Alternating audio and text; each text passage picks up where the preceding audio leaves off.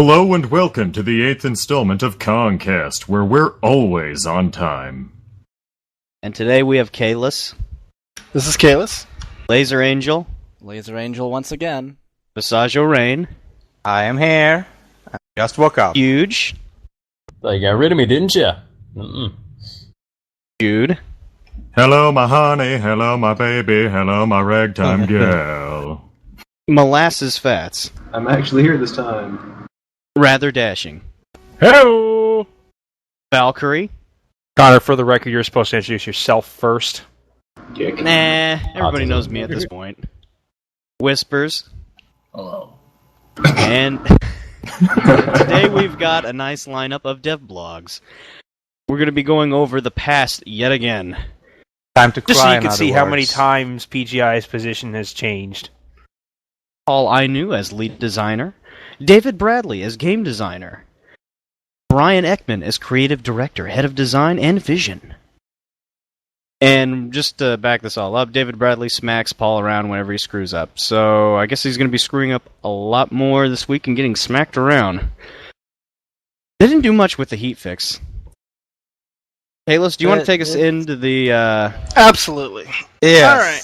So we're going to take a little memory trip down. We're going to talk about back where the developer blogs start and when they made us all these promises. Get your shit, folks. Road trip. First of all, they talked about rebooting and focus. And a couple of these points I thought were rather amusing. They were only going to take on action-based work for hire games such as Transformers 2 and Duke Nukem Forever. They're going to build an inexperienced development team capable of creating fun and engaging products. They're going to develop a game by acquiring or licensing an existing intellectual property, and so they had a goal. And then they wanted to increase the overall graphic fidelity of the entire game, especially the battle mechs. And one of the things they wanted to do was solve some of the long-standing gameplay issues from previous MechWarrior games. Now, what do you guys think about all that? I don't think they've done anything, really. We've just sort of been in the same waters where we started. In and out. Good or bad. Vass? I think they have taken quite a few impressive steps right back over time. Not a whole lot has changed since Inception, actually. That's all I know for now. It seems to me like gameplay-wise, compared to other MechWarrior games, we're still missing a lot of stuff. You know, like radar, and, you know, like electronic warfare. You know, we have ECM, but that barely counts. Oh, we're gonna get there. We're getting there. Yeah, we're getting there. Huge? Well, I think it was kind of a tall order. It was, not exactly what they've hit so far, but they are learning. They're taking small steps in the right direction, then giant leaps backwards, then a few more steps forward again. But the other thing is, if this was any other IP, this game would be dead. Dead. The fans have kept this alive, and they're very lucky for that. A lot of stuff that they should have had from the get-go, like, I feel like there are things that they should have had in closed beta, and they shouldn't have even worried about mechs. Like, we don't have custom firing chains and custom stagger fire chains. We don't have any of that. We don't even have passive radar systems. All we have is a terrible 3D spawning mechanic, and them telling us we have C3 in all of our mechs. Vass? You covered me already. Yeah. I was going to say what all you right, said. well, let's keep going a little bit. Let's talk about where this led. This led from those two key areas. It led to early design pillars. And this is what they got out of their early design pillars. Urban combat to address circle strafing and long-range sniping, because you know we have lots of that. Dynamic battlefield further expanded on the concepts of urban combat and mechs having roles. And finally, dynamic pacing introduced an early version of one of the final pillars, information warfare. I know you got lots to say about that. Oh boy. Information warfare. Go ahead, Laser. It's just somewhat amusing that even on River City, which was more or less the first river for urban warfare map, you're still. I remember my first time out in the 4SP with my friends. We're a bunch of hunchbacks, 4SPs, circle strafing in Atlas, and there's a couple of people who are sniping with Gauss rifles. I mean, I know we have even back then. Yeah, now in July we have time. Volcano coming back. We have Volcano coming sometime within the next month, and then after the next map is another urban map. But seriously, Frozen City, circle strafing around. There's circle strafing, but in a sense, you're not circle strafing around a stationary target the entire time. You'll like go around behind a building and then come back in a circle. There's a circle involved somewhere. You're not allowed to circle strafe on River City. What I think would kill some of that is if we had faster mechs to actually. And I'm not talking about lights. It's like, what is our fast mediums? It's like we don't have any of them, so none of them can slag up and get the people turning around. You know, everyone for the most part ignores the lights, or they boom headshot them in one hit. So we don't have a Brawl Fest anymore. It's all rotationary fighting, and the maps don't help either. And then here recently with Seismic, it's gotten even worse. Well, remember, this was back in the day, and they were expanding and learning and telling us what we wanted to hear. What we were gonna get, and all those promises. You gotta look at those bright, ready eyes. Gotta put on your glasses, Connor. Yeah, your nostalgia glasses. I had my choice between Dark Souls or this, and I chose this in faith. You know, I got the Founders a little bit before they were saying Dark Souls was going to come out. I was like, what am I going to commit to? I got to commit to one of these. I put my money in something. And I was like, you know what? I really want a fighting robot game again. I really want a mech game again. It's not so good at Dark Souls. Steiners. Yeah, and that and Dark Souls said it had issues, that they were thinking it was going to have issues and they were going to have to mod it. I was like, well, I really don't want to mess with that. Oh, no. Years later, I come back and now you're in. Sweet FX into fucking MechWarrior Online because no one knows what they're doing. Potato computers. Speaking of MechWarrior Online and not knowing what they're doing, so after they set up their early design pillars, they were very proud because in the spring of 2010, they secured the Duke Nukem Forever contract. This was a huge achievement and a cornerstone in their development history. Wait, are we being sarcastic? Laser? Kalis, I think we should remind everyone that Piranha Games are the people who are behind the MechWarrior 5/3015 trailer back in 2009, and that no, it wasn't Harmony Gold shutting them down. They made their presentations and proposals to publishers around at the time, and given Microsoft's restrictions, they could not put it on the PS3, and the publishers did not want to take a risk on it. They, bided their time and went on to work on Duke Nukem Forever. And strictly the multiplayer aspect, as Paul has been known to say. He loves doing that. Yeah. But after that, then they started working again on making a free-to-play title based on the MechWarrior universe, BattleTech universe. Yeah, that's a good point. One of the things PGI did is they shopped the 5 big publishers, and they got denied at every which way. No one wanted it. Well, they wanted to get a PS3 one, and due to Microsoft, one of the things is Microsoft wouldn't let it be on the PS3. That was one of the part of their licensing agreement. So they shopped it around and they couldn't do it. Then they tried it a different way, and then that didn't work, and eventually settled on free to play. So unfortunately, what we hate most about MechWarrior Online is something that make it actually exist. So we have to keep that in mind, unfortunately. So MechWarrior played a large role in helping them secure the key hires, filled out an incredibly talented multiplayer AA team, and they began working on the Duke Nukem Forever contract. Then they came across another idea. They thought they would do the timeline. They would make every day work with every day. That was their position at the time. Yes, it really was. I still don't know why they didn't have it on hold until everything was ready. Because they thought they could do it on time. Because PGI. PGI, Connor, if you haven't noticed yet, PGI and planning should never go in the same sentence without the word bad. It would have, Yeah, but it makes so much more sense. It's like everyone would toe the line. Everyone would get in the game, and you're testing it and preparing it because it would be the idea that you're getting this game ready for the big clan invasion. But we don't even have that, Vass. Hey, remember when they had the timeline in full effect and everybody was convinced we would have the clans before release? Remember? Yes. Oh, God. Go ahead, Laser. Actually, I think the first mention of the timeline would be in Dev Blog 1. We're still on 0 now, so we still have to finish that out. Oh, did I get that mixed up? My apologies. Yep, it's at the beginning of the second one, and that's how they start. I probably flipped it up when I, Yeah, I was wondering where I was, because I was... December 7th, 2011 was December 7th, 3048. That's when they started it. That's when they started the little timeline to bring the masses. It's a beta. Yeah, it is a beta! Don't like it, go buy Well, more one of the t-shirts. things on the Devblog 0 that I wanted to point out that I thought was really strange and kind of telling.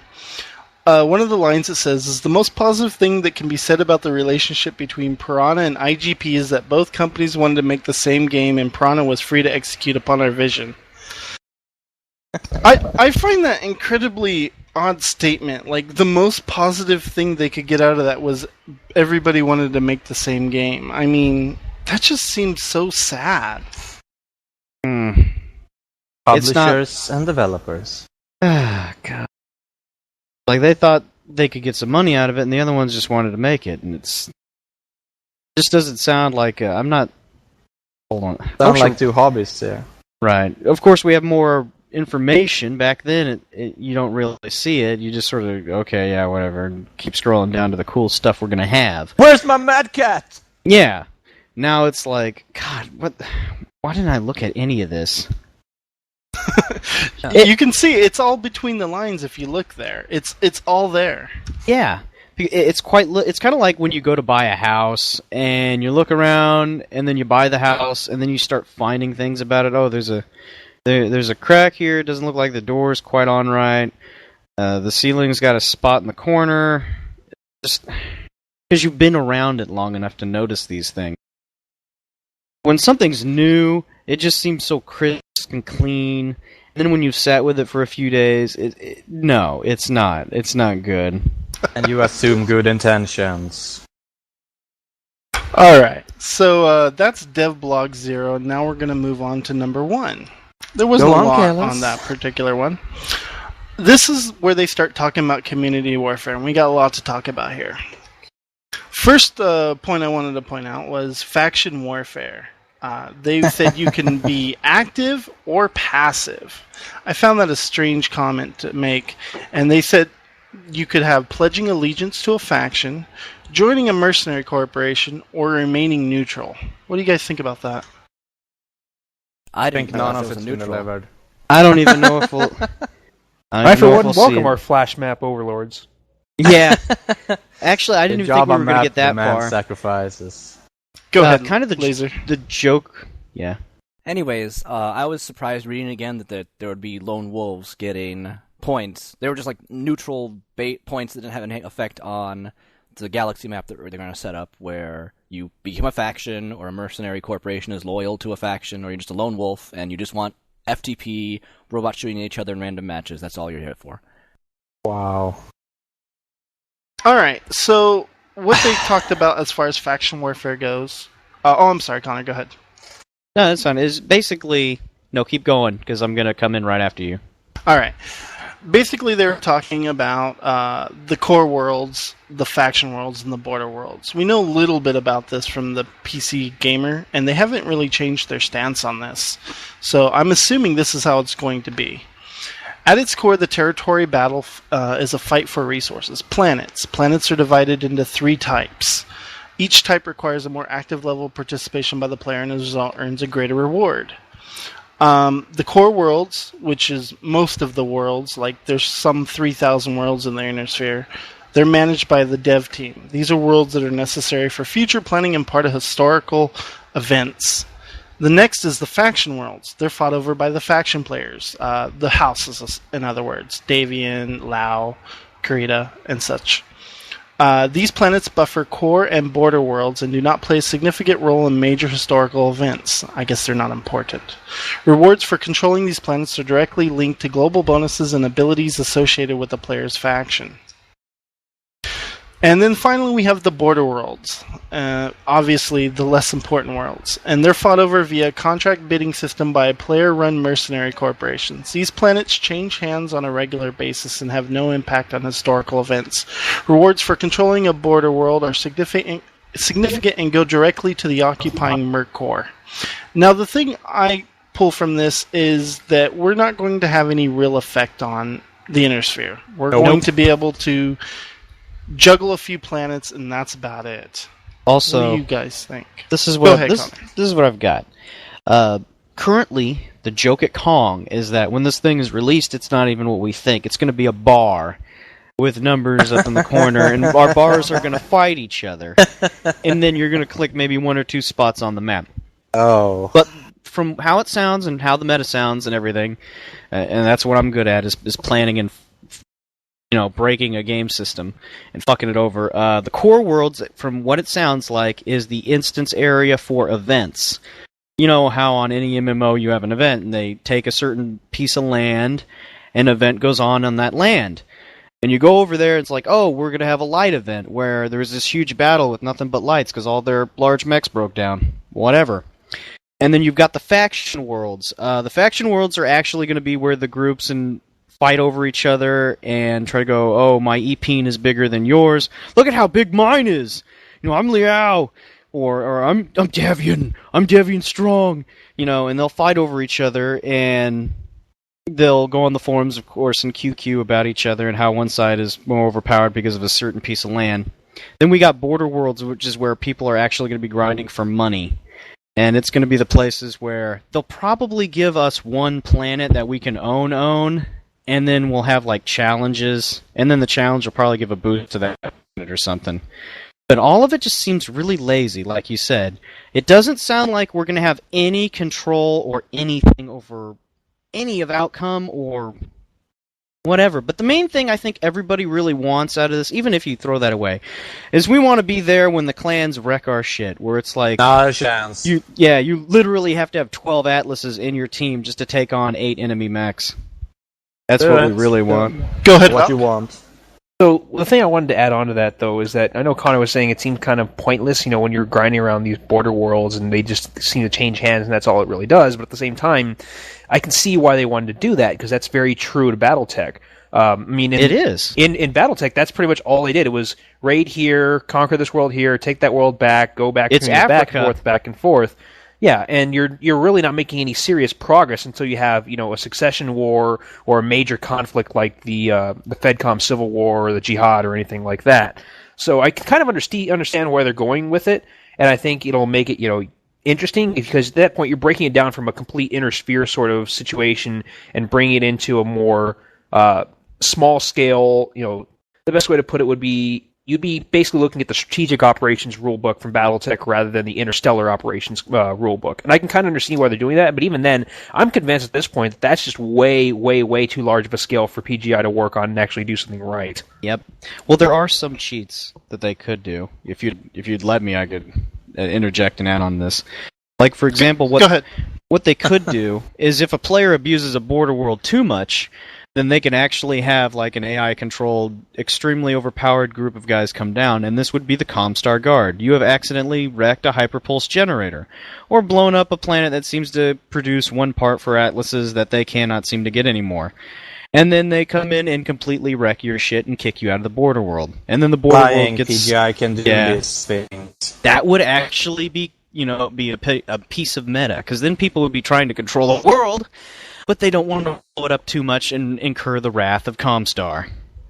And, well, Kalis had mentioned, too, that PGI was supposed to be Comstar, but let's be totally honest, if PGI was Comstar would be getting fucking rolled all the time. God. Hey, they have a couple of good pilots. Garth is a good pilot. They have a good pilot. Buck, maybe. Garth's a good pilot because that's all he does. Yeah. Fats, you had something to say? Yeah, just for the most part, I feel like if your game isn't based entirely around a big world map you take over for different factions, it's usually going to be gimmicky and shit. Like, even games like Side 2 that did it, like, there's really... There's no took over the purpose. entire map because it's just going to get retaken overnight. Mass Effect or it's 3, just going to get... Mech Assault 2. That's a single player game. It doesn't really matter. But yeah, like, if you take over the entire map, there's no point because it's just going to get restarted anyway. It's such a really it's a lame game mechanic because unless the developer's like willing to let players like completely run the entire map like one faction, they're just going to like babysit it too much and it's going to end up being really bland. Absolutely. Laser, you had something to say? Well, you can see what they're trying to do with the core world, saying you can't alter the history of the inner sphere.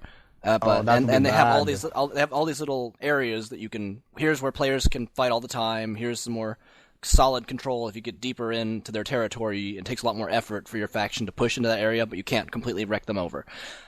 After looking at this developer blog and the timeline, they start off with a timeline, then they go into the actual the inner sphere map. There is a map of the inner sphere. What bugs me is all this, they start off with 3048, but everything they're talking about is perfectly in line with just make it 3025, level 1 technology, go through the succession wars, get your core game done on single heat sinks, etc. And then, guess what, kids? It is clan release time. Do another clan founders a year or two later. The thing is... $250, Mad Cat! The thing with that is if you say 3048, you get the people who are on the edge saying, oh, I'll just wait a year or two, we'll have clans, and now it's not even looking like that. It's a year or two. Yeah, this is still in 2011, and we are looking at 2014 for clans, so it's not even close to what they're... We're still missing even weapons, I think. Yeah, we still have Mask and some other mech mortars, etc. Command console, hint. Yeah, there's no use there. I still like the idea of PGI developers dropping in as a clan star at the end of a match and just completely wrecking everything. But then we'd all be going, why do the clans all have single heat sinks and small lasers? Why can't they hit the side of a wall or they're just like missing? Why did that mech just throw his LRMs into the mountainside? What is he doing? Why is that Mad Cat running into the wall? Why aren't you shooting me when I'm heading for your cap? What the fuck are you doing? Well, at the very, very least, they can give themselves, special paint, jobs. So that way, on the Mad Cat, one arm says grab, and the other one says deal. We still kind of want to see that, though. We still kind of want to see the devs drop in on top of us in, make sure... I know. They want to. They want to, too. They actually want to make it fun. Right. I've got an additional thing to point out and say on the map as well. Laser was talking about the core worlds, and they don't want to alter history because they kind of have this roadmap that they got to go on, and that's exactly why I say that the core worlds are going to be for events. You know that they're going to do it. What was that battle? Turtle Bay? Something like that? Well, Turtle Bay, I think, was where the Smoke Jaguars just completely fucked everybody up. Yeah, that'll be like the first event, and it'll basically be hold the line, and everyone's just going to be losing their mechs left and right. Whoever escapes with, the highest damage wins. Just sounds too advanced for PGI, if you ask me. Yeah, it sounds like a fun mechanic the largest concentration of stalkers in the inner sphere. Yes. Oh God! Just the Stalkers thought. and Jenners. Our PPCs will blot out the sun. Then I wonder if they could even pull off these events, if they could screw it up, because they'll go, oh, this is the event we got coming up. This is the rule set for the event, and then of course someone like me or the Goons or some whoever special group or Chaos, whoever, any group. Well, then. They're like, oh, look, we can counter it with this, and then they come up with their own little meta idea, and then when the game rolls up, everyone else dies, but then they completely destroy the event and all the fun that was supposed to be there. And all the clanners. Yeah. And then it's, extremely embarrassing. All right. So, moving on from there, I'm cherry-picking from the dev blogs, so just to point out different things and how they've changed and such. The next thing we're going to go over is loyalty points. Now, a lot of us are still interested in knowing what they're going to do since people are in the Project Phoenix thing, paying for things that they don't know what's going to happen. Yeah. So this is what we know from the dev blogs. Now, I don't remember how much it changed from the PC Gamer article. I think it's fairly similar. So what we do know is that faction players, loyalty points are earned by playing and winning matches. As the player accumulates loyalty points, they will gain a military faction rank at predetermined loyalty point totals. If a player loses LPs by decay or negative actions, they will be demoted. Gaining ranks earns special privileges and items, including membership to special units, unit skins, and bonuses to C-bills and XP. These are all non-permanent and subject to the player maintaining a certain rank level. At the highest possible levels, players can begin to influence their faction by controlling which planets are targeted in territory conquest. Now, this is for the faction players. We also have two other factions, or units, so to speak. We have the Mercenary Corps players, and as a mercenary corporation, all members earn loyalty points go to the Merc Corps. The Merc Corps must have a minimum amount of loyalty points with a faction before they're able to engage in planetary combat on behalf of that faction. Loyalty points also determine the type and level of a contract a Merc Corps is permitted to bid on. These loyalty points restrictions mean that a Merc Corps membership must remain active in order to maintain the required level of LPs. And then finally we have the NPCs. The Lone Wolf players. As a Lone Wolf, the player can earn loyalty points through participation in random matches. However, these LPs have no positive or negative implications. A Lone Wolf player does not have any ranks. So basically, don't buy Project Phoenix for the loyalty bonus if you plan on being a Lone Wolf player, because loyalty points aren't going to do anything. Alright, I've got quite a bit to interject on all of this. Go for it! Okay. Go ahead. The whole system on the faction system and the way it's described, it basically reminds me exactly of an MMO. And it's the reason why, for a long time, everyone was calling it an MMO, even though it's not really. But that's basically what it is. It's like doing those. I don't play World of Warcraft, but I understand the mechanics when I hear them. So, does anybody remember? 20 Jenners earn faction points. With the Davion. Well, I'm trying to think of what it's called. Is it called a daily? I can't remember. Yes, they're called dailies. All right. Dailies Maybe I should call it the Star Wars Galaxies equivalents, because that's what we used to play. Yeah, so go you have ahead. All right, let's do that. So you have these two factions, and they're warring and everything.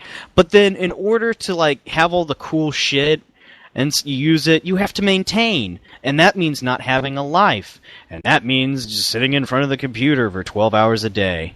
And it's a second job. And I don't really like that.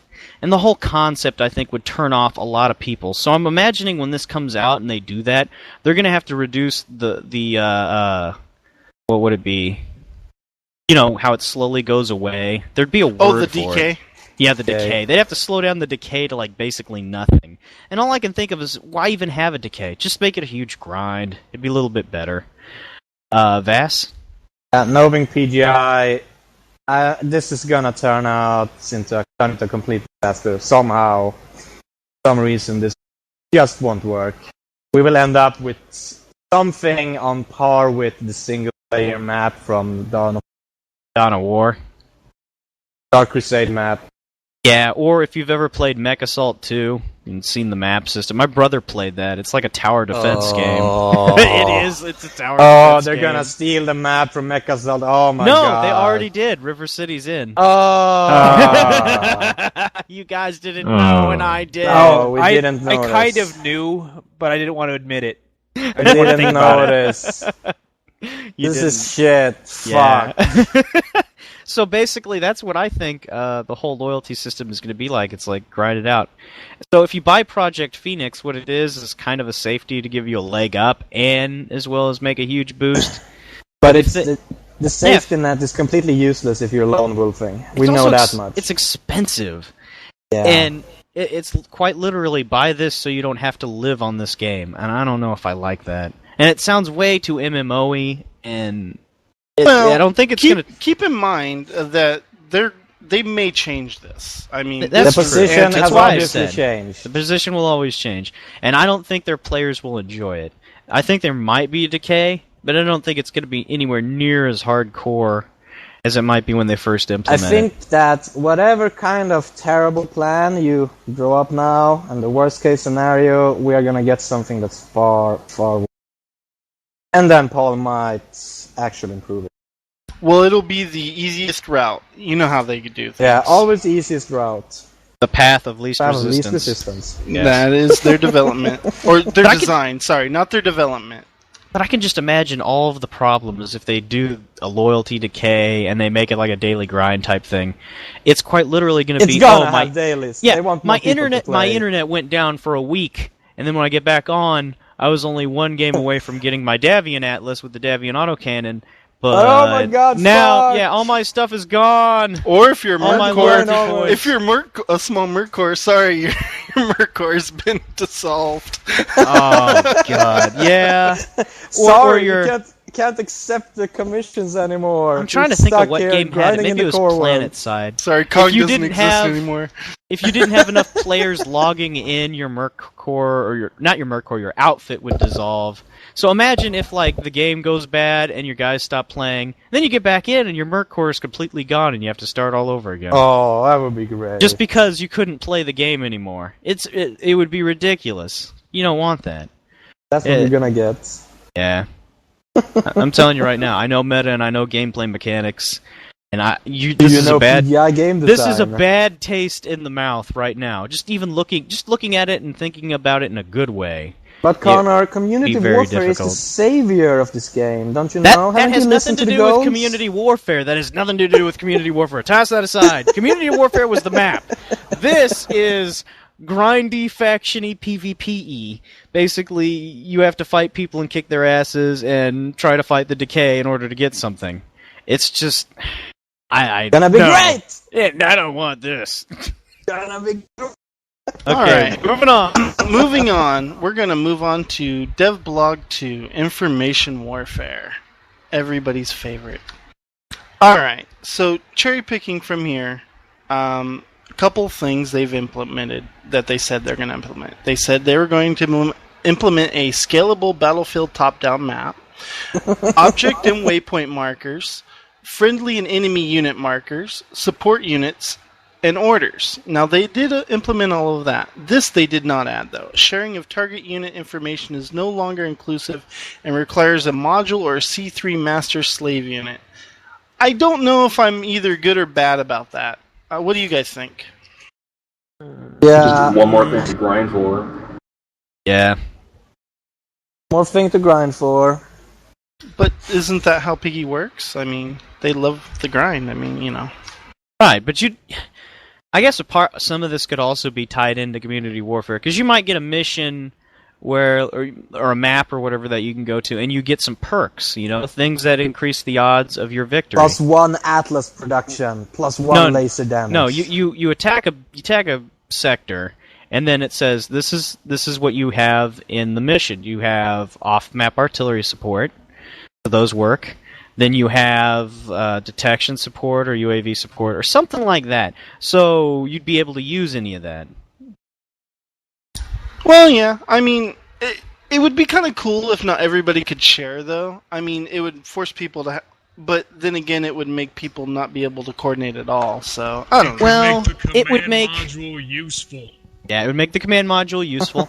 What it would also do is it would make, if you're just trying to earn money, you're going to go defend on missions that are like, you have a 70% chance of victory. And then players are going to attack those where they have only like a 30% chance of victory because they might get big money if they win. It's like a gamble. It's a gamble for their time. And I think that'd be very good. All a very great plan. But I don't know if they'd do that. That's all up to them. I have no idea what their fucking... That's the bad part. It's all up to them. Yeah. We don't know what they choose. Well, the next part of information warfare is detection. And they talk about how you gather the line of sight information. They go on about line of sight and how they've gotten rid of radar, essentially. And the ones they say are direct. You can see the target directly. Radar. Your radar can detect a target in a predetermined arc, also LOSD. We don't have that. Satellite scan. Orbital scan of the battlefield, highly efficient, however still limited to top-down LOSD. We don't have that either. UAV. Similar to SAT scan, but localized to a specific area of the battlefield. We sort of have that.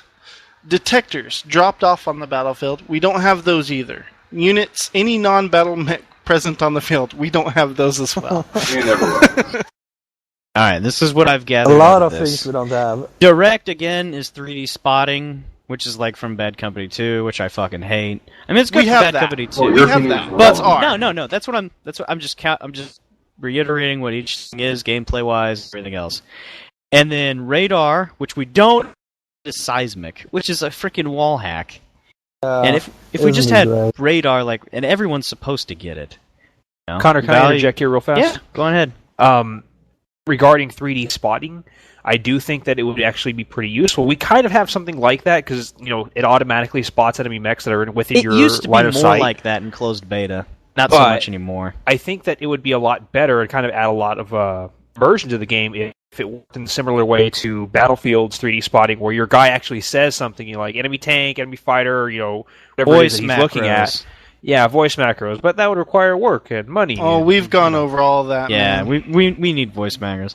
And there's satellite scan. That one's would be more of a module type thing. Like someone would basically click on the screen instead of having to be there. Of course, it'd probably just be a limited time reveal. UAV to me is more of a device for LRM spotting. What I basically see is in the 12v12, you get like 8 mechs all with LRMs, and then 4 lights all are with UAVs, and just UAV the hell out of everything. And then they could just dump LRMs. And Laser says, it already happens. We've already done it. That's why they disable them for the next tests. Yes. Detectors, when I think of detectors, what I think is they're going to probably try to mess with ECM if they ever get to that. And it'll basically be something you drop off in a hex to detect if there's a cloaked unit in the area or whatever. Well, we Not already really have cloaked, UAVs. But... Yeah, but that makes they're me think... kind of bland, really. Yeah, and they might strip it, and the detector might be there forever. And units. This is one I've always wanted, and who knows if we'll ever even get it.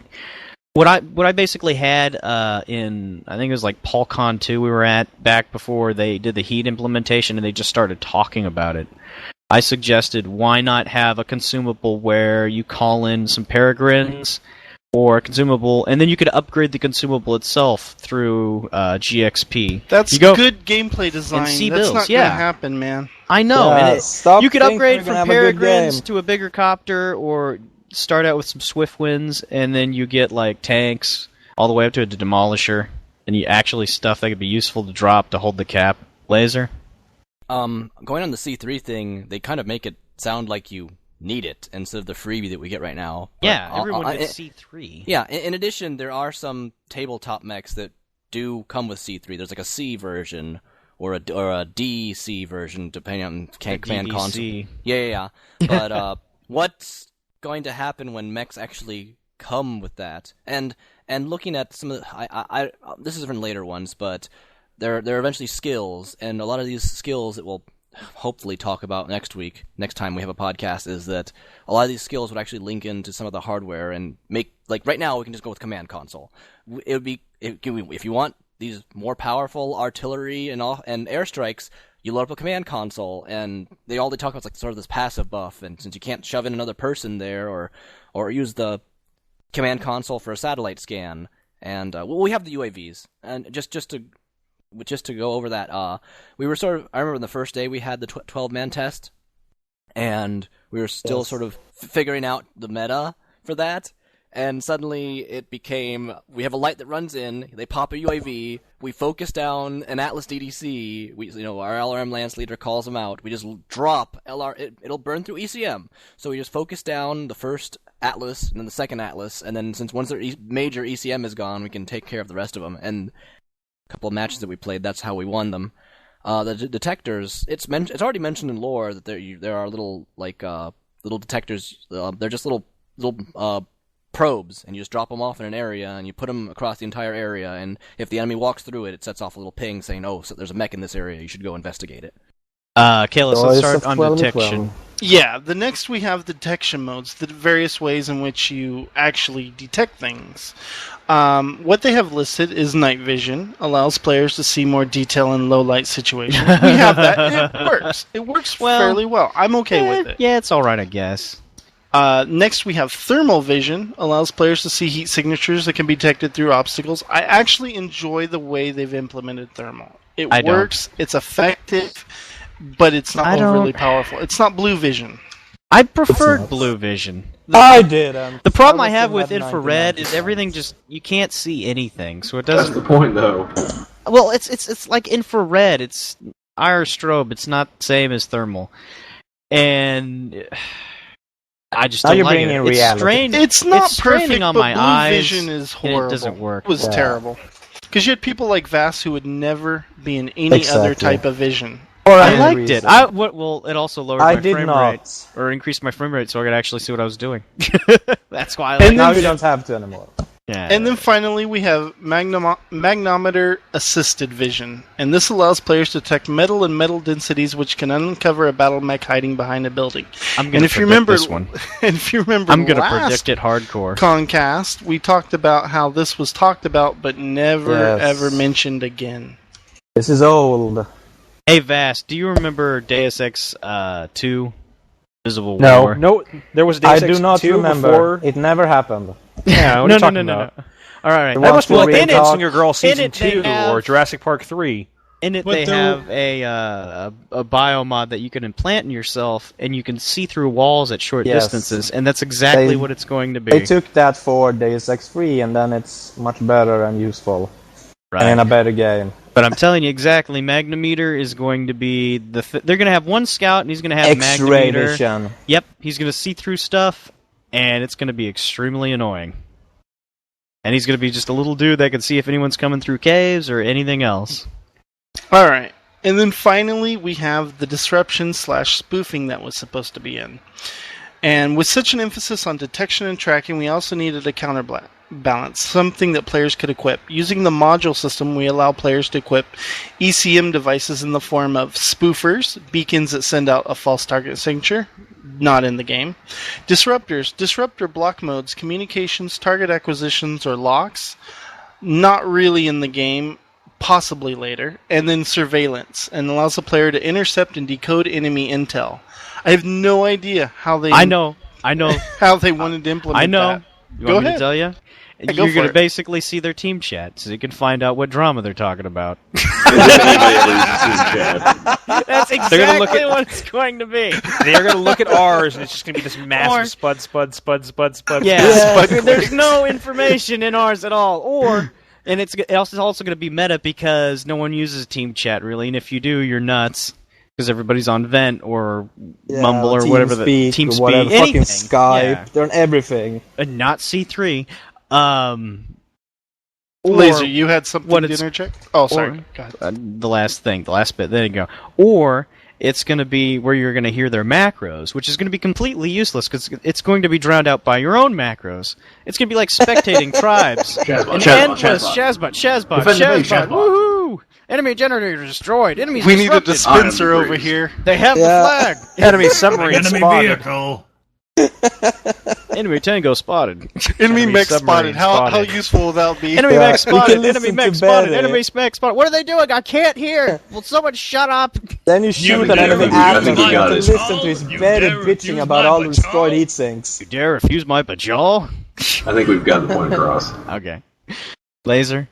I think they sort of accidentally showed us the surveillance portion of disruption and spoofing because I've mentioned this before, but I think in February or March there was a time when you would be hopping around Frozen City and I would be in my catapult and suddenly I would hear mech targeted, and maybe a few seconds later I would get... This was just when they implemented the missile icon to show this. So at the same time you'd see you'd hear mech targeted, and then you would see LRM's incoming missile immediately afterwards. So they're. That was a terrible day.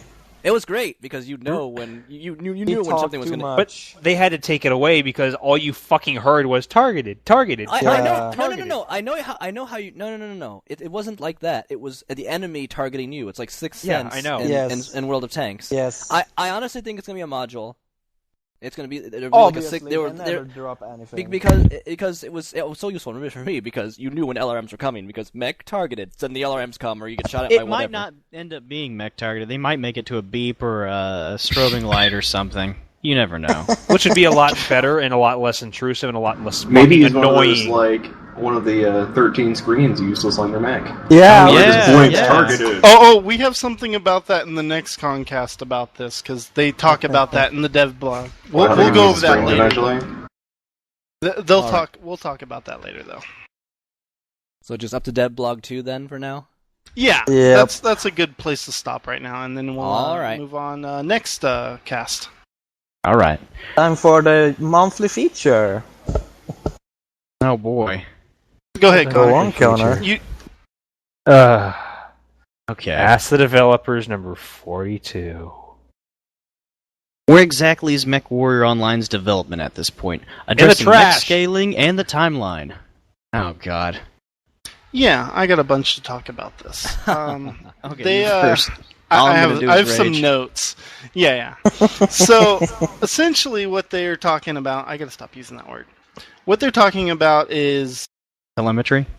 No. The big question is, where are these features and when are they going to be in? And this came from Homeless Bill. The question essentially was UI 2.0, achievements, some form of community warfare. I like how I said some form. Territorial, planetary attack, etc. In-game training or tutorial, 12v12, third-person view, matchmaking, the ability to drop against a specific opponent, pre-game lobby, mech-on-mech collisions, knockdowns, passive sensors, and it goes on and on and on.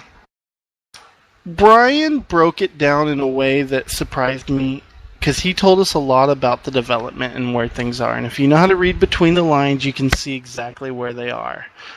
They talked about... Oh, yeah, when you broke the Enigma. Yeah. You broke the Enigma code. Well, they talk about late-stage design, which basically means everything's ready to go, but nothing's actually built. They talk about in development, where it's actually being developed. They talk about ready for test, where they're ready for test. In public test, which is on the public test server. And then early design, which means they wrote it down on a wiki somewhere. So, they talked about UI 2.0. It's in development. Will it make release? Nah, I don't think so. Who knows? What do you guys think? Well, you got to think about it this way. Remember, they test everything for at least a month, so you got to add a month onto everything they're doing. I wonder if the Jesus patch is going to contain anything that tells new players about the new heat scale they did. No. I know that's the next thing we got coming up, and we're not really supposed to talk about it yet. But it makes me wonder if they'd even have that, because they sort of pulled it out. And it would really help. Out of nowhere. It's like asking... I feel like I'm asking for too much, and that's scary. But you would think. And it could have been their plan all along is to do that, but I don't even know. The mech scaling, didn't they say that they were never going to do it, or something like that? Their position changed. It's too hard, is what I got out of the ATD here. They told us how it needs to be done, and that it would take a lot of resources that they essentially don't have. It's gone from cannot be done to too hard to too fucking expensive. Yeah. Laser? But Laser. We joked around before that, it's just a slider. All you have to do is reduce mech size to 80%, etc. And honestly, it became more... Brian explained it. Brian explained that you need to resize the mech, resize the hitbox, and all these other assets that are along for the ride, and movement and animations. And these are handcrafted mechs that you can't fiddle around with once they're actually built. God. If you ever look at the scaling and you notice it, it seems like the first 4 mechs they had were to scale. And then any additional mech that they've made after that are completely broke and not to scale. Basically. That's one of those things I've always thought about the original mechs. Did they actually do them without help? Or did they contract somebody else to do them? It makes you wonder. It doesn't feel like any of their mechs. None of the designs are the same. The scaling's wrong. The style even the skins. is the same. The skins are even better. Yeah, even more so. Look at the MechWarrior 5 trailer. Everything is so much different on there. On the MechWarrior 5 trailer. Like, it doesn't really come out as their style and their kind of thing. Very different. Very odd. A very strange situation, this whole thing. I don't know. I'm sure that we could find out if we did some more research. Probably. We had this huge tinfoil hat conspiracy a while back that the original founder assets were actually made by we thought they were made by somebody else. Smith and Tinker. Yeah, Smith and Tinker. And we were like, what that the was heck? the original tinfoil theory. Yeah. It's funny because that was in Developer Zero. If we had just gone back and reread Developer Blog Zero, then they would have said that, yes, we made it to begin with. It's in Developer Blog Zero, and then a week later, Paul comes on Mech Devs and Beer and said, oh yeah, we did the MechWarrior 5 trailer all along. Can we talk more about the current stance and its development for the moment? Got one last thing to add. Yeah, we got to talk a little bit more about what else is in development. I'll just go down the list briefly, since it's an important list. Community Warfare. It's in both late stages of stage design and in development. I don't think we're going to see it anytime soon. Well, late stage design means it's parts of it are being they're finished designing and they're going to go in development. I think what we're going to be able to do is grind out some loyalty points, and they're not going to do anything. Yes. No, they're not going to do anything. I still say that. That's how they're going to let us test the clan weapons. Is they're going to make us grind loyalty points for them. Probably. That's Laser? a reasonable plan. I think the loyalty points, the only function they'll serve at this time is you get a rank and you get faction colors or faction decals, and then that's it. That is seriously. I don't think they're going to have that. Wait, decals? Decals. We're going to have to pause the Concast. Yeah, but that's the only. For actual launch, I'm expecting maybe a Kong in brackets tag before your name, and that's it. That will be Community Warfare on September 17th. Probably, you're probably right. So further down the list, we're looking at DX11. It's ready for test. Oh god! So they got at least a month, but on a feature that big, they might have to put more time into it. So Fractal Fest don't 2013. expect it. Yeah, Fractal Fest. Don't expect it at launch. Something's 12v12 is in public test, and I'm loving the 10 to 15 frames I'm losing. Me too. So who knows when that's going to work. Next, we have the tutorial. I like this. Movement only is ready for test. Oh, you can't shoot or nothing. They don't teach you how to shoot, just how to move. Because I had problems with moving when I started playing the most. Will it tell us exactly what inclines we can walk up? No. Will it tell us what are the bad rocks? It'll tell you W is for forward and S is for backwards. No, it won't, because it'll teach new players how to use that. It'll be an Atlas racing track. That alternative driving scheme that they came up with, where you stop immediately when you stop pushing W. The COD movement. That's terrible.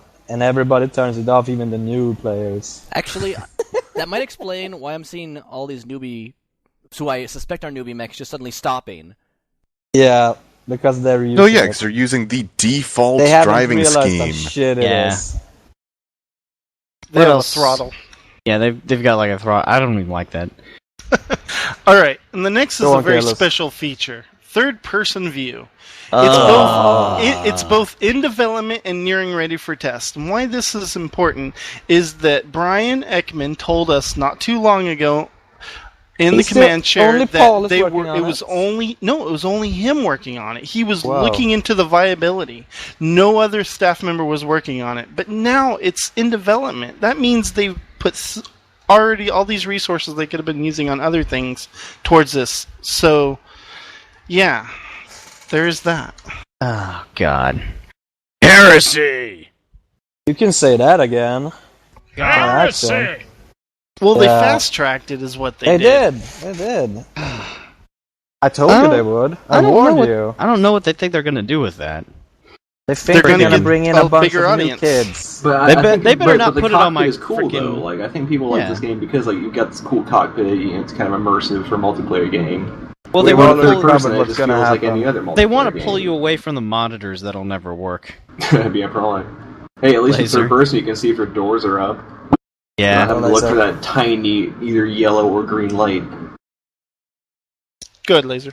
What really bugs me is that they're selling all these cockpit items, and suddenly only the paint will be of any value because it'll be the only thing we'll be able to see. Yeah. They'll be outside your mech now. You'll have a little hula girl instead of an AMS. Visago. Yeah, third person is not gonna go down too well. Maybe we'll have a bunch of new kids who are trying it out because MechWarrior and World of Tanks and all that shit, all the third person, but they will quit the instant they realize this game demands fucking commitment anyway. So, yeah, good job wasting a lot of fucking time, PGI.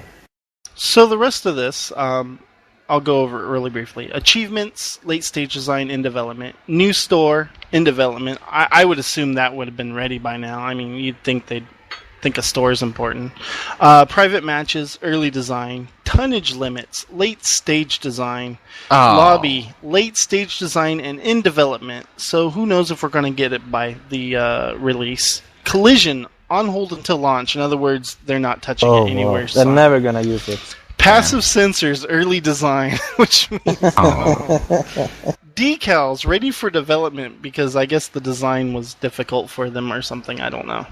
Gifting in development, so they're working on it. It probably has to do with UI 2.0. Yeah. I just want one of Vass's millions and millions of modules he could just give me. And I wanted to go over another thing they did on this ATD, which I thought was kind of disappointing. Brian went on. A bunch of people asked a bunch of questions about community warfare, and his answer was, see this question. In other words, don't ask, which I thought was really, I don't know, it wasn't very professional. They really aren't sometimes. Community warfare is a big thing for them. You know? It'd be better if he said he had no comment or something, but don't ask. Wow. I remember the days when they would do thing. Alright, so I guess that's all Kalis has for us at the moment. It's good to have you back, Kalis, and hopefully we'll have you in the next cast for a little bit longer. Oh, love you, Kalis! Yes, we love you. Okay, so we're moving on here. We're moving on to 12v12 experiences. Yes. Private test server, people. Dump Lerms here, please. Who was actually on this weekend? I was only there for the first week. I didn't play the second week, 4 hours. That's 4 hours, really? They don't have the resources to do it. Well, what are they are they monitoring the entire thing with their entire crew, or what? Well, I know that Buckton and actually Kyle, Buckton, and Garth were dropping during the 12 mans. Because I remember seeing their names I remember seeing their names light up on my friends list. Val? Something I wanted to say, and this really bothered me, is why are they doing 4 hours, of testing in the middle of the fucking day? A lot of us have jobs, and we work during the day, so we can't actually get home and get on the shit. So I'm over here. The elite alliances can try it out. I'm at work, I'm at work refreshing the thread on my phone and looking at it and watching everyone tear apart 12v12, and I'm like, oh, why can't I? Why am I excluded from playing this? Because I work, 9 to 6. I guarantee you, a lot of other people do too. And so I'm honestly thinking at this point that the reason why they hold these during the middle of the fucking day is that way A, nobody crashes their servers, and B, nobody rushes the servers, gets on, and then realizes that 12v12 is a piece of shit and it probably shouldn't be implemented at all. Well, another reason I think it is because that they're actually working with their entire staff in the window. And when they run it, everybody's actually monitoring it from the minute it begins to the minute it ends. Laser? Anyways, what I've noticed is that, what surprised me is that they actually had changes between the first week and the second week, and they were all performance related and all visual related, and because people reported a lot of issues with the frame loss and potato computers completely unable to play the game at all at 5 FPS. Bass? Yeah, I only played one of the tests, the one they had pretty recently. Morning test. Well, it was atrocious. It was fucking unplayable. And it almost broke me. I'm like, I don't want to play this fucking game anymore. We had, it was a bunch of guys. First we couldn't get 12 people on, which is okay. Then we got to dropping and everybody had the usual 20% decrease in frames. Look out your own ass. no hit detection, graphics that made the game look like Quake fucking 3. And for some reason, when you start it up, everything is set to like maxed out on the little sliders, but the resolution is to some kind of windowed shit mode with lowest resolution. And I don't know. I don't know. I have no idea. It wasn't very fun either.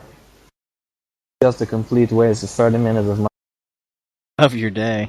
Yeah. Of my fucking life, man. I'm never gonna get those 30 minutes back. I could have done something useful. I could have played Shadow the fucking Hedgehog instead. But no, I wanted to play the test server. I wanted to laugh. I knew it was gonna be bad, and I wanted to laugh at it. But it was just too fucking bad.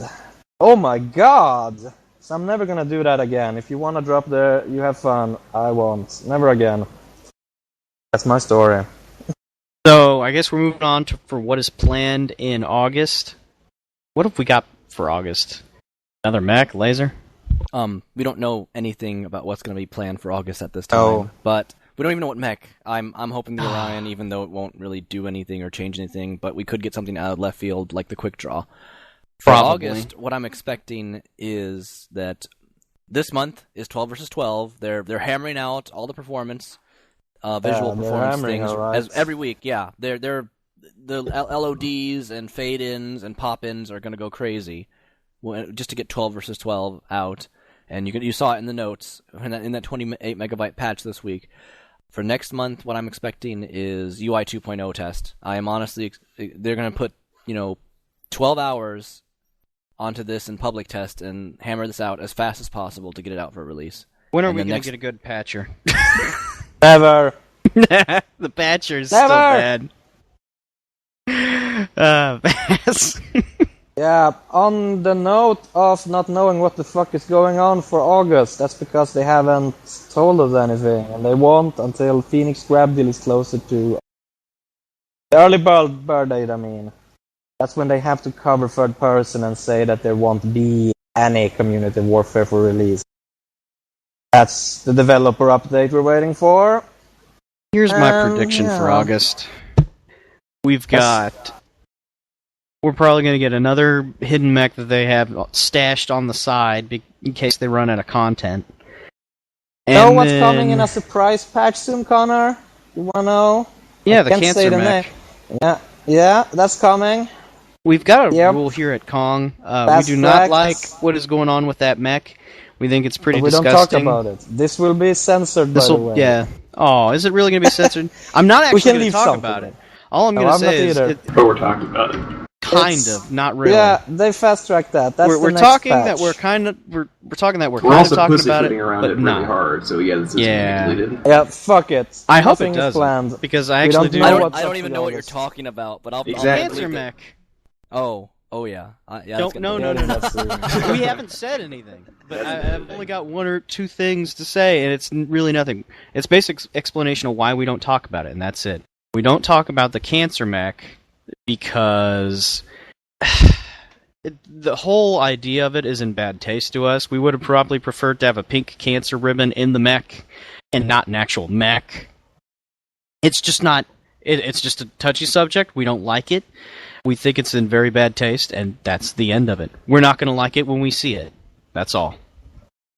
So, yeah, we're probably going to get another mech that they've got hidden, stashed away. Who knows what it's going to be? Mauler. Please, Mauler. Please, Mauler. No King Mauler. Crab. No Mauler King Crab. No Mauler. Nope. God no forbid Mauler. We get a Mauler. The one assault mech that would actually Black have a Knight, lot of ballistic maybe. Points. Yeah, they give us a Black Knight. Good luck. One of the things that I've been wondering lately is how are we going to have like a King Crab or any of these other mechs with dual AC-20s as their default with the huge heat penalty? A lot of them are going to explode instantly, especially the trials. That's true, but that's why that's okay because or the we're not going to Kodiak. have the King Crab. Well, the whole heat penalty thing is too little being done. Okay, well, the heat penalty is treating the symptom when the cause itself is with the hard points. Yeah, it's like removing the heart because you're having a heart attack. It's not the heart's fault. Yeah, we're on the next topic now, which is heat scale penalties. This is what Kong's basically been asking for. We wrote up a list, we called it the Garth Project, and we're probably going to try to attempt to put it up on the forums later and see if anyone notices. I'll probably have maybe Laser do it if I could beg him, or Val, or somebody. We'll make a formal thread about it in gameplay balance. Such a beggar. Hang on, let's give some context to what the Garth Project is and why we even did it. All right, Valkyrie, you're no, here. should we start with Laser, so since he's the beginning of I'll explain it. Basically, what happened was, I believe Laser was speaking with Garth on the NGNG TeamSpeak server, and they were discussing some ideas that we had in general for trying to correct some of the balance issues that we've had with MWO. And basically, Garth told him to, get a list of ideas together and have whoever leads Kong send it to him. He basically came up and said, "Take us to your leaders." Well, we don't have any leaders, so we're a committee. We took the biggest loudmouths around here, and we put together a couple of Google Docs. The first of which was just kind of a discussion doc with all of our raw thoughts and notes on it, and how they kind of worked, and how they worked with one another, and how sometimes they didn't quite mesh, but at the same time it was a lot of ideas thrown together. And then I went and I wrote pretty much a summarized version of it all, where I kind of went point by point and explained the main gist of each idea, because a lot of them, they had certain aspects of them that didn't quite work together, but they all generally had the same concept behind them, and I sent those over to Garth, and I'll probably be posting those up on the forums later tonight. Yes. Vass? PGI did not come to us. Garth came and he said that he wanted something. Garth has no power. He just wanted something. Garth did confirm that he got. Garth did confirm that he got the documents, and he said he would pass those along. But I mean, let's be totally honest here. Garth's position, not at the time, but Garth's position within PGI is not going to guarantee that these will be implemented into future fixes. Yeah, and that's all. He's the whipping boy. He asked for something he could give to the people in charge. We gave him something. He gave it to people in charge. Mission complete. That's all we know. That's really all we know. Mission complete. More. Well, there's a little bit more we know. In the last Q&A for the devs, Paul and a few others basically said we are not going to do anything for hardpoints. And one of the hugest things we did on that sheet, and a lot of the stuff we've been talking about, was we need some sort of hardpoint limitation to get rid of the stalkers, PPC boating. And their claiming of that makes me feel like they just threw it in the shredder. We don't know, though. But that's like what we're feeling like. The pulse laser stuff, and Russ mentioned that they're looking into making ferrofibrous do something else instead of... It needs to be the 10% more armor or something. It needs to provide some sort of damage reduction on top of the just basic tonnage advantage it gives you. But it's like 1 ton at most. Yeah, the heat scale... It didn't affect me at all. It doesn't affect the people I play with. Doesn't affect the opposition where I play. To me, it's just a waste of time. But I had a funny episode with my brother who plays this game very casually, and his friends, and they were asking me, "Why the fuck does my mech keep exploding? What the fuck is going on? My Jaeger mech, I have been playing this thing forever. Why?" And 40. I said, "Yes, that's why." Looked at me and I had to try to explain to him why he is exploding now and not earlier. And he just shook his head and stopped playing the Jaeger mech. This thing only punishes new people and bads. That's all it does. Yeah, really. Whispers? Well, the issue is that it hasn't really actually fixed the PPC menace, because PPC boats will still wreck face, as is evident in the Assault tournament going on right now. The other issue is that the implementation is kind of haphazard. There's all sorts of buggy aspects of it, the AC-2s being affected by it, Gauss rifles which are affected by it, even though that wasn't in the post. And, people are just going to either wait half a second or change their build ever so slightly, and then go around it. And new people are going to be, punished for it for no reason whatsoever, because there's no UI showing you what's going on. Right. Who we have? Oh, Dashing. Well, as I said earlier, the problem isn't necessarily the alpha, and it's not the alpha strikes, and it's the fact that the mechs themselves are able to field, the 4 PPCs or the 2 AC-20s. They're like, it feels like I say this every Concast, but like the Awesome should be the only mech that could have 3 PPCs, let alone fire all of them at once. Should. Because it would make the Awesome a special mech. It would make it useful. Like most assault mechs would maybe have 1 PPC, maybe 2, and it's just the fact that a mech can have 3 or 4 PPCs with a Gauss rifle, with all of these other mechs just aren't supposed to have that, and it's the hard point. The flaw is within the hardpoint system itself, and adjusting the heat to try and combat the meta isn't doing anything. Well, no, it's not doing anything at all. I was going to say it's punishing. It's punishing the players, but it's not even doing that because they're finding these loopholes.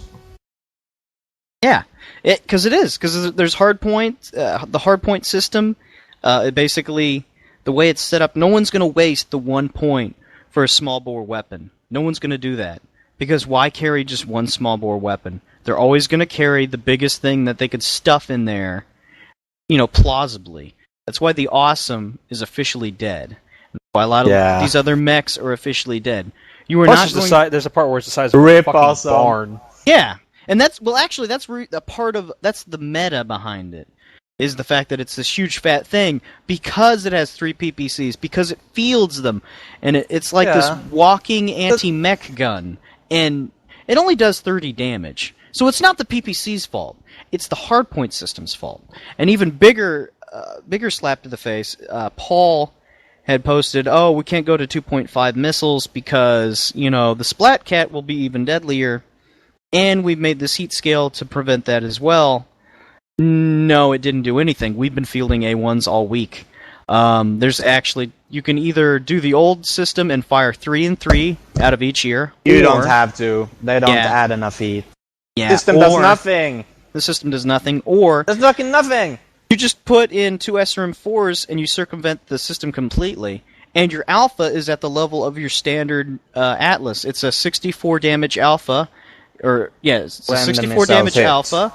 And the regular DDC with the medium lasers instead of larges does 66 damage. It's a 2 damage difference. Doesn't even matter. No, it doesn't matter. The problem lies in the fact that it can carry that many SRM6s and the hardpoint system. If you could carry 2 SRM2s, 2 SRM4s, and then 2 SRM6s only, that would be a 48 damage alpha, and that would bring it in line with other heavies. But they don't think about that.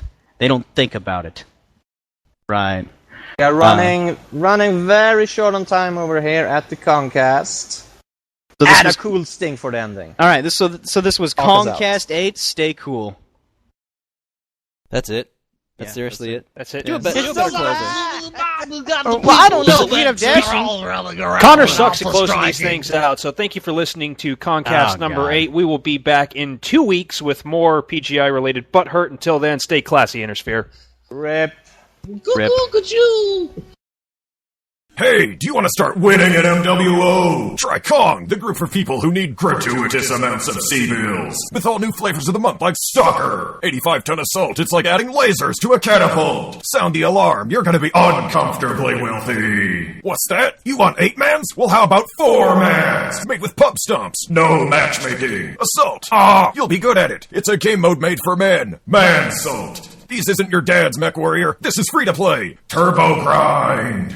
Small lasers, small lasers, medium pulse, large lasers, ER large lasers. More lasers than your mech has hard points. You'll be so hot, colds will be like fire discipline. And you'll be like, fuck you, and team kill them in the cockpit with your 60 damage alpha. You'll have so many wins, winning, just winning all the time. Buy a hunch, buy a cat, buy a scent, buy a raven, buy a stalker, buy an atlas, buy a metal babby. You'll have so many babbies, 400 babbies. Drop with Kong and your babies and they'll be good at carrying. Make your babies run abnormally fast. They'll win as much as pre-mates. People will see them winning and think they're sync dropping. They'll win as often as sync droppers in a match with actual sync droppers, and they'll win and get reported to PGI. Hey, go with the sure thing. Don't gamble on your pubs. For Flamer Atlas. Try Kong, the group that will make you X.